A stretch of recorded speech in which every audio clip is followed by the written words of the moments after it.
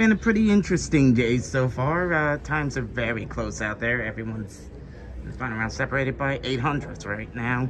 How's your discount tire Fordman so far? No, I think obviously we got some speed in it for sure. Thought we were pretty good in practice trim, and obviously pretty solid in qualifying trim. Like you said, second round's obviously really tight. I feel like I got some thousands for you. I don't know if I have any hundreds for you. It was a pretty good lap, so should be a decent spot for us to start for tomorrow. And track position is incredibly important here, so kind of done our job up to this point fairly well. All right.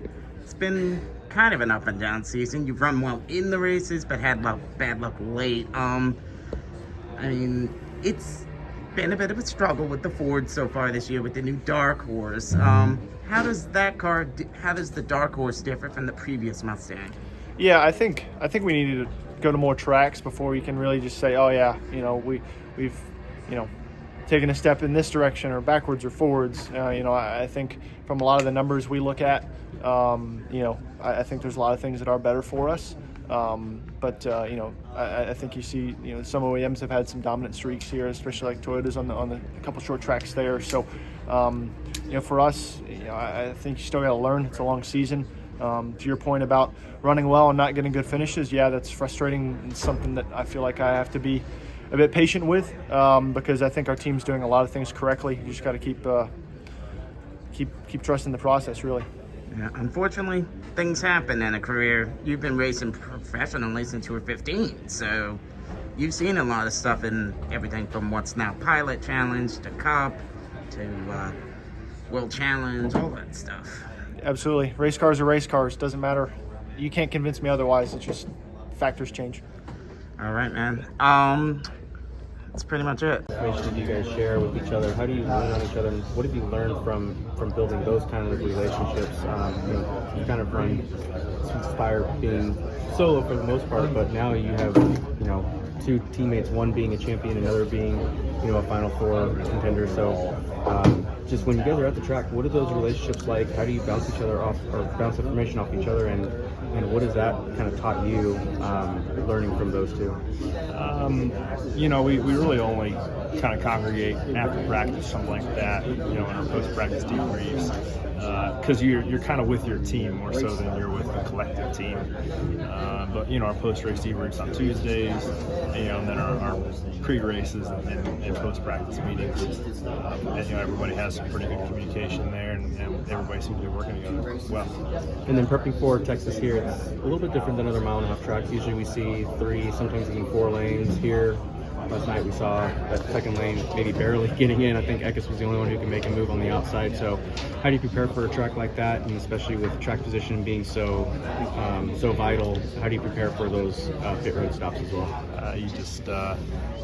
You don't want to be the first one up there trying it out. You also want to make sure your car's, make sure you're somewhat in the middle of the run with warm tires, to be able to get up there and have that second lane activate. And just execute on pit road entries, maximize your lights, and let the pit crew do their job.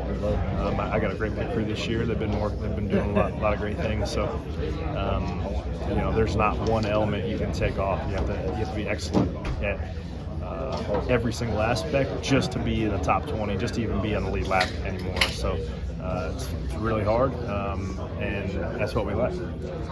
Inspire's made a ton of gains this year, even more, compared to the gains that they made last year, but obviously Richmond and Martinsville were a little tough.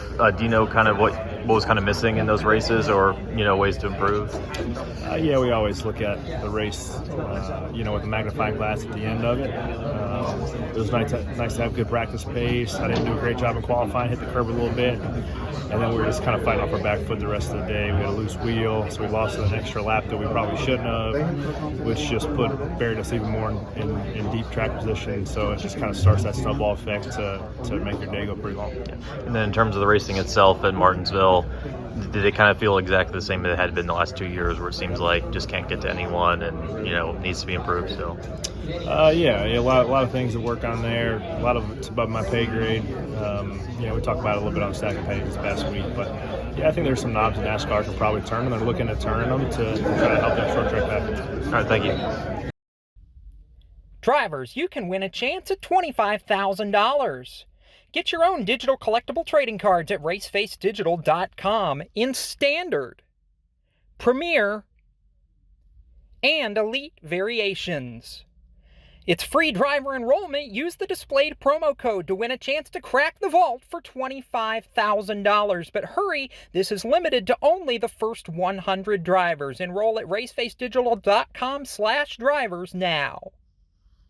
This is Harrison Burton, driver the number 21. Make sure to hit that subscribe button. Also, check out one of these two videos beside me. Visit frontstretch.com for more racing content.